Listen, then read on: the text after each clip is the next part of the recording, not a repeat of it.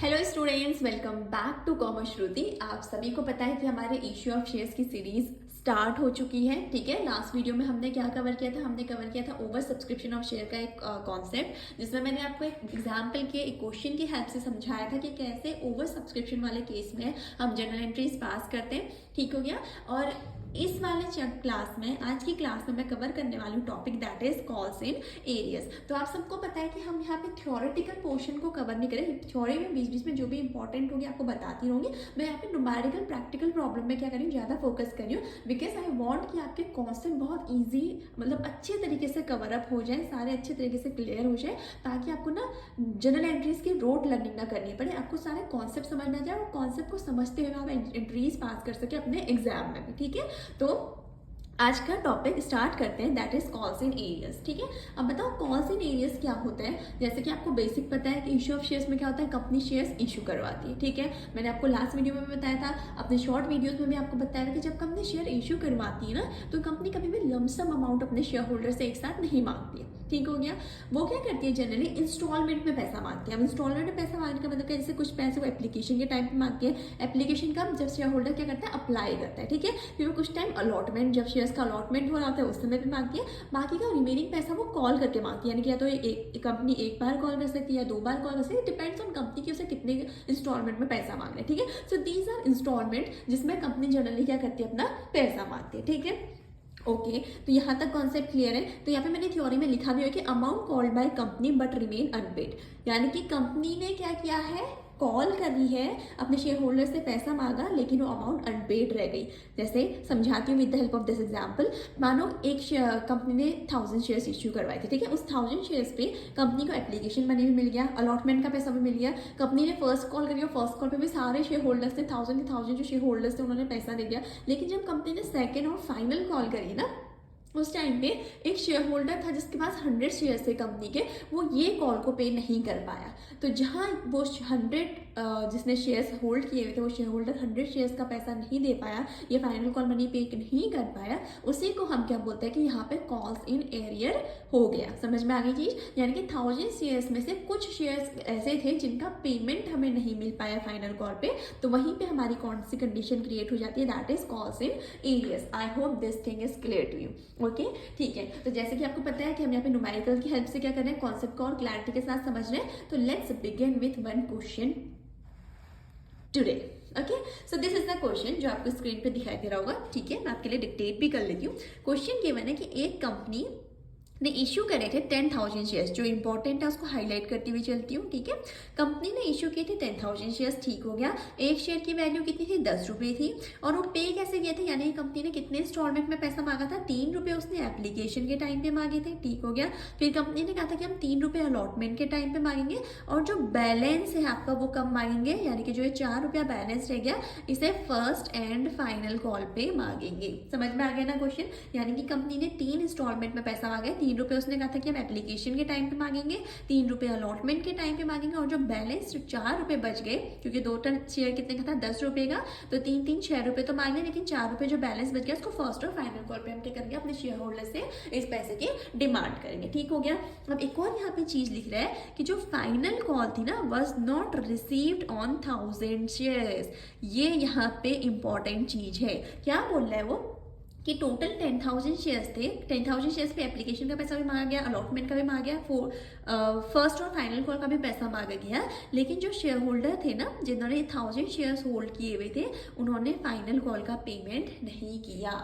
समझ में आ गया क्वेश्चन कि कैसे आपसे कॉल्स इन एरिया का क्वेश्चन पूछ सकता हूँ। ये मैंने बहुत ही ईजी लैंग्वेज वाला क्वेश्चन आपको दिया हुआ है। एक में लास्ट में आपको ना फाइनल क्वेश्चन करवाऊंगी, जिसमें मैं सारा calls in area, calls in advance, सारे एडजस्टमेंट एक ही क्वेश्चन में करवाऊंगी। आप उस क्वेश्चन को अच्छे से 10 बार, चाहे 20 बार, चाहे 30 बार प्रैक्टिस कर लीजिएगा, क्योंकि अगर क्वेश्चन आएगा एग्जाम में, ताकि वो इजीली वहाँ पे क्विक, जितने प्रैक्टिस करोगे ना, इजीली वहाँ पे क्लिक करेगा और आपकी मिस्टेक बिल्कुल नहीं होगी क्वेश्चन को सॉल्व करने में। ठीक है, अभी हम इजी क्वेश्चन से समझते हैं। ठीक हो गया। अब देखो सारी चीजें नॉर्मली चलेगी। ठीक है, क्योंकि दिक्कत कहाँ पे हो रही है, फाइनल कॉल पे। तो फाइनल कॉल तक सब कुछ ठीक चलेगा। सबसे पहले क्या होता है, सबसे पहली एंट्री किस चीज की होती है, जब क्या होता है, कंपनी ने शेयर इशू करवाया तो उसके पास एप्लीकेशन आई। ठीक है, तो एप्लीकेशन जब आई, तो एप्लीकेशन के टाइम पे हमने कितना पैसा आना था हमारे पास, 3 रुपया हर एक एप्लीकेशन से। तो टोटल एप्लीकेशन कितनी आई थी, कितने शेयर इशू करवाए थे 10,000। एप्लीकेशन भी कितनी आई थी 10,000 थी। यहाँ पे कोई ओवर सब्सक्रिप्शन वाला केस नहीं है। और एप्लीकेशन के टाइम पे हमने क्या कहा था, हमारे पास 3 रुपये आएंगे, तो टोटल कितना पैसा आ गया हमारे पास एप्लीकेशन के टाइम पे 30,000 rupees. I hope this is clear to you. ठीक है, उसके बाद नेक्स्ट स्टेप क्या होता है कि कंपनी क्या करती है, ठीक है, अपने इस एप्लीकेशन के पैसे को जो उसके बैंक में आया वो कहाँ ट्रांसफर करती है, अपने शेयर कैपिटल में। तो एप्लीकेशन के टाइम पे कितना पैसा आया था 30,000, तो 30,000 हमने कहाँ ट्रांसफर कर दिया, अपने शेयर कैपिटल में। ठीक हो गया, क्योंकि अल्टीमेटली क्या हो रहा है, कंपनी के पास कैपिटल ही तो आ रही है ना। ठीक हो गया। अब देखो नेक्स्ट एंट्री क्या पास करेंगे हम, अलॉटमेंट की। एक्चुअली मैं भूल गई थी एंट्री पास करना, तो मैंने आपके लिए रफ में ही एंट्री पास करके रखी हुई है। डोंट वरी, सब कुछ मिल जाएगा। मुझसे मिस्टेक हो गई, मिस हो गया। ठीक है, ओके। तो अलॉटमेंट के टाइम पे क्या होगा आपको जैसे पता है, देखो 10,000 शेयर्स थे। ठीक हो गया। अलॉटमेंट के टाइम पे कितना पैसा मांगा था, 3 रुपये मांगे थे। तो अब मैंने आपको कल भी ये चीज़ बताई थी, सॉरी लास्ट वीडियो में भी ये चीज़ बताई थी। मैं आज आपको फिर से सेम चीज़ बता रही हूँ कि जब एप्लीकेशन का पैसा आता है ना, तो सबसे पहले पैसा आता है। क्यों पैसा आता है, क्योंकि कंपनी ने शेयर इश्यू करवाए थे। हमारे जो भी इंटरेस्टेड एप्लीकेंट्स थे उन्होंने अप्लाई किया, और अप्लाई करते समय ही हमें 3 रुपये दिए। तो जैसे उन्होंने अप्लाई किया हमें पैसा दिया। ठीक है, तो इसलिए क्या होता है, सबसे पहले एप्लीकेशन के टाइम पे क्या आता है, पैसा आता है। लेकिन जब अलॉटमेंट की बारी आती है ना, तो कंपनी क्या करती है, अपने शेयर होल्डर से पैसा मांगती है। और जब वो पैसा मांगती है तो उसे क्या करनी पड़ती है, पहली एंट्री करनी पड़ती है ड्यू करने की, अमाउंट ड्यू करने की। यानी कि यहाँ पे पहली एंट्री किस चीज की होगी, अलॉटमेंट मनी को ड्यू करने की। ठीक है, तो क्या लिखा हुआ मैंने यहाँ पे, पहली entry share allotment account debit to share capital account. यानी कि मैंने 10,000 शेयर्स पे 3 रुपये मांगे अपने शेयर होल्डर से। यानी कि टोटल कितना पैसा मांगा, 30,000 का मैंने पैसा मांग रखा अपने शेयर होल्डर से। तो ये एंट्री हो गई कौन सी, अमाउंट को ड्यू करने की। ठीक हो गया, यानी कि मैंने ये क्या इंडिकेट करेगी, मैंने अपने शेयर होल्डर से पैसा मांगा है। ठीक है, अब जो नेक्स्ट एंट्री पास करते हैं वो किस लिए होती है, अमाउंट रिसीव करने की। जब कंपनी ने अपने शेयर होल्डर से पैसा मांगा तो ऑब्वियसली शेयर होल्डर्स पैसा पे करेंगे ना। तो ये आ गया पैसा मांगने की एंट्री। अभी आ गया पैसा रिसीव करने की एंट्री। तो रिसीव करना है तो क्या होता है, bank account debit to share allotment account. ठीक है, कितना पैसा आया हमारे पास, जो अलॉटमेंट मनी हमने 30,000 के अलॉटमेंट के 30,000 के टाइम पे अलॉटमेंट का पैसा मांगा था, कितना 30,000। तो कितना पैसा हमारे पास बैंक में आया, 30,000। ठीक हो गया, समझ में आ गया ना कि कंपनी ने 30,000 रुपीज़ की डिमांड करी थी at the time of allotment, और उसके पास पूरा का पूरा 30,000 उसके बैंक में आ गया। क्लियर है ये चीज़, ओके। तो आते हैं अब नेक्स्ट वाले में। तो कंपनी के पास एप्लीकेशन का पूरा पैसा आ गया, अलॉटमेंट का पूरा पैसा आ गया। ठीक है, अब यहाँ पे देखो फाइनल कॉल में गड़बड़ी थी ना। क्या गड़बड़ी थी कि 1000 जो शेयर्स हैं उनका फाइनल कॉल का पैसा नहीं आया। ठीक है, आने के बाद तो हम सेकंड एंट्री में देखेंगे ना, पहले हम मांगे तो सही पैसा, तो पहले हम पैसा मांगते हैं। चलो भैया, हमने कहा भाई 10,000 शेयर्स है हमारे पास। ठीक है, हमने सिंपली कहा कि 10,000 शेयर्स है और कंपनी का कितना पैसा रहना है, 4 रुपये। 3 रुपये एप्लीकेशन के टाइम पे मांग लिया, 3 अलॉटमेंट के टाइम पे मांग लिया। एक शेयर की वैल्यू 10 रुपये थी, तो बचा कितना है, 4 रुपया। 6 रुपये आ गए, 4 रुपया बचा था। तो हमने कहा कि भाई 4 रुपये भी अपने शेयर होल्डर से नाउ हमें नीड है, अब हमें भी जरा 4 रुपये भी पे कर दो हमारे फाइनल कॉल के। ठीक हो गया, हमने क्या करी, entry due allotment money sorry application final call money क्या कर दी, ड्यू कर दी। तो एंट्री क्या है, share first and final call account debit to share capital account being first and final call money on 10,000 shares at the rate 4 per share में due. ये कौन सी एंट्री है, कॉल मनी को ड्यू करने की। ठीक हो गया, अब ड्यू तो कर दी, लेकिन नेक्स्ट एंट्री किसकी होती है बताया था मैंने आपको, रिसीव करने की। अब रिसीव करने में छोटा सा ट्विस्ट है। क्या ट्विस्ट है कि सारे के सारे 10,000 शेयर होल्डर से जो हमने 4 रुपये मांगे थे, यानी कि 40,000 रुपये मांगे थे, उनमें से सिर्फ और सिर्फ कितने शेयर होल्डर्स ने पेमेंट किया, हमें 9,000 शेयर होल्डर्स ने पेमेंट किया। 1,000 शेयर होल्डर ने 1,000 के शेयर्स पे हमें पेमेंट ही नहीं मिला। समझ में आ गई ना इतनी चीज। तो इसीलिए यहाँ पे क्या हुआ है, कॉल्स इन एरियर। अब देखो जो कॉल्स इन एरियर होता है ना, कॉल्स इन एरियर की एंट्री हम 2 तरीके से पास कर सकते हैं। ये मैंने पहली एंट्री पास करी है, या फिर आप इसको ऐसे अल्टरनेटिव एंट्रीज की है, या तो आप ये एंट्री भी पास कर सकते हो, कोई मार्क्स नहीं कटेगा, या आप ये एंट्री भी पास कर सकते हो, कोई मार्क्स नहीं कटेगा। But it's up to you कि आप कौन सी एंट्री पास कर चाहते हो। बट जनरली इसको पास करने की इसको शो करने की ना बुक्स ऑफ अकाउंट्स में ये 2 एंट्रीज होती हैं। ठीक है, अब देखो क्या हुआ है। सबसे पहले 10,000 शेयर्स पे पैसा आना था 4 रुपये, यानी कि 40,000 रुपये। लेकिन आया कितना, कितने शेयर्स पे पैसा आया, 9,000 शेयर्स पे पैसा आया, और कितना आया, 4 रुपया। यानी कि कितना आया, 9 4 जा 36,000। ओहो, 36,000 1000। और मैंने देखो आपको दिख रहा होगा, मैंने यहाँ पे एक हेडिंग लिखी है without opening calls in arrears account, क्योंकि आपको दिख रहा होगा मैंने सिंपली एंट्री क्या लिखी है, बैंक अकाउंट डेबिट और share first and final call account. अब जैसे कि आपको पता है वैसे जनरली क्या होता है कि जो share first and final call के आगे हम 40,000 है, वही सेम चीज़ यहाँ पे 40,000 आना चाहिए था कि नहीं आना चाहिए था।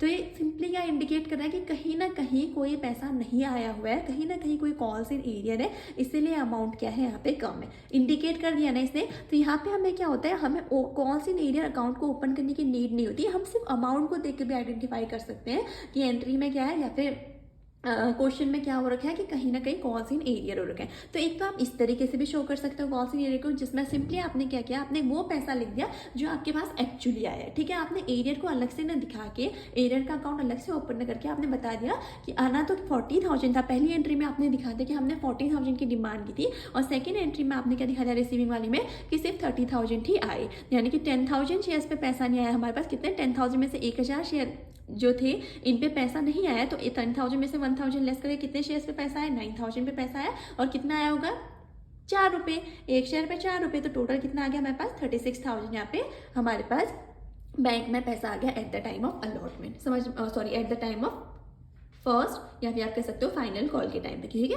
ओके, अब इसकी एक ऑल्टरनेटिव एंट्री भी आप पास कर सकते हो, जिसमें हम क्या करते हैं, by opening calls in arrears account. अब यहाँ पे हम क्या करते हैं, कॉल्स इन एरियर्स अकाउंट को ओपन करते हैं, यानी कि सिंपल सी लैंग्वेज में बोलो तो हम अलग से दिखाते हैं कि इतने का एरियर है, ठीक है। और एक चीज़ आपको बताऊँ तो ये वाली एंट्री ज़्यादा आपकी क्लैरिफिकेशन देती है, ठीक है, क्योंकि देखो मुझे साफ नजर आ रहा है यहाँ पे कॉल्स इन एरियर लिखा हुआ, लेकिन यहाँ कुछ मेंशन नहीं है ना। मुझे इसकी पहली एंट्री चेक करनी पड़ेगी, तो दूसरी एंट्री में देखना पड़ेगा, तब मुझे फिगर आउट करना पड़ेगा कि अच्छा यहाँ पे कोई एरियर हुआ है। लेकिन यहाँ पे मुझे साफ साफ क्या नजर आ रहा है कि यहाँ पे एरियर है।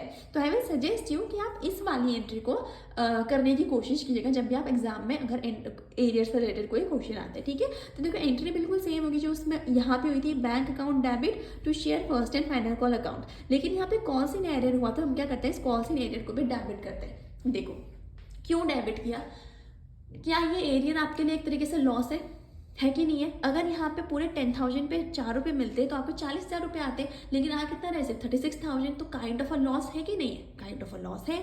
तो लॉस को हम क्या करते हैं, debit all expenses and losses. If you remember, अगर आपने अच्छे से सारे कॉन्सेप्ट्स पढ़े हैं अपने 11th स्टैंडर्ड में, तो आपको पता होगा कि सारे एक्सपेंसेस और लॉसेस को क्या किया जाता है, डेबिट किया जाता है। और क्योंकि कॉल्स इन एरिया इंडिकेट कर रहा है कि कंपनी को लॉस हुआ है, तो इसीलिए हम इसको यहाँ पे क्या करेंगे, डेबिट करेंगे।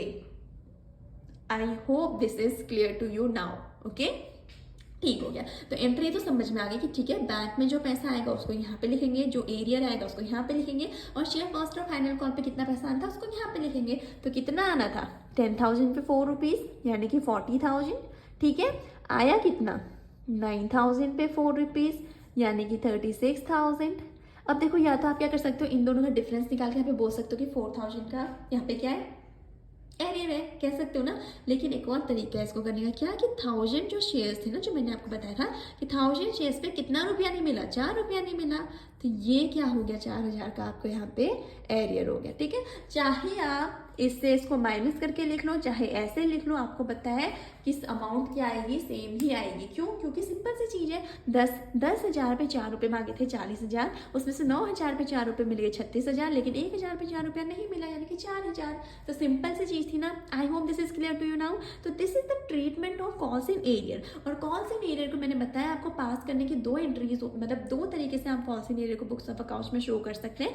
मतलब ड्यू करने की एंट्री तो हमेशा सेम रहेगी, ठीक है। ड्यू तो आप ऐसे ही करोगे कि share first and final call account debit तो शेयर कैपिटल अकाउंट, जितना भी आपके पास क्या है पैसा आना है। लेकिन जब उसको रिसीव करने की एंट्री में अगर कोई एरियर आ गया है, तो आप उसको 2 तरीके से शो कर सकते हो, ठीक है। कैसे 2 तरीके से शो कर सकते हैं, या तो आप क्या करेंगे, शो करेंगे, मतलब आप क्या कर सकते हैं, सिंपली अपने बुक्स ऑफ अकाउंट्स में दिखा सकते हैं कि क्या हो रखा है, एरियर हो रखा है, कॉल्स इन एरियर अकाउंट को ओपन करके। या फिर आप क्या कर सकते हैं, सिंपली बैंक अकाउंट डेबिट और share first and final call account debit भी कर सकते हैं, ठीक है। So this was the adjustment और this was the case of calls in arrear. और मैंने आपको आज एक्सप्लेन किया with the help of an example कि कैसे आप जनरल एंट्रीज पास करते हैं when there is a situation of calls in arrears, ठीक है।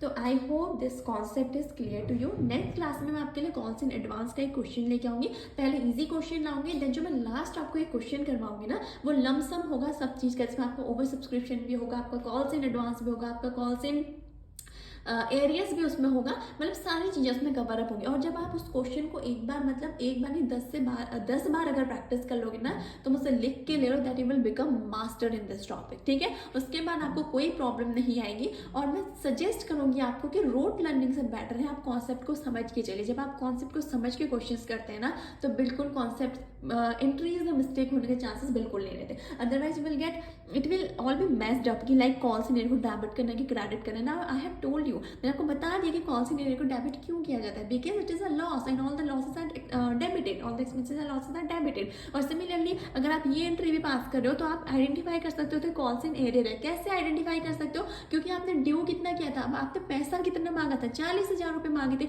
लेकिन आपके पास एक्चुअल में कितना है, सिर्फ 36,000। तो दैट मीन्स कि यहाँ पे कोई ना कोई एरियर आया था, ठीक है। अगर इसी बट आई विल सजेस्ट क्योंकि जब एग्जाम में एंट्री पास करते हो ना आप ये वाली एंट्री पास किया करो फॉर अ बेटर क्लैरिफिकेशन, ठीक हो गया।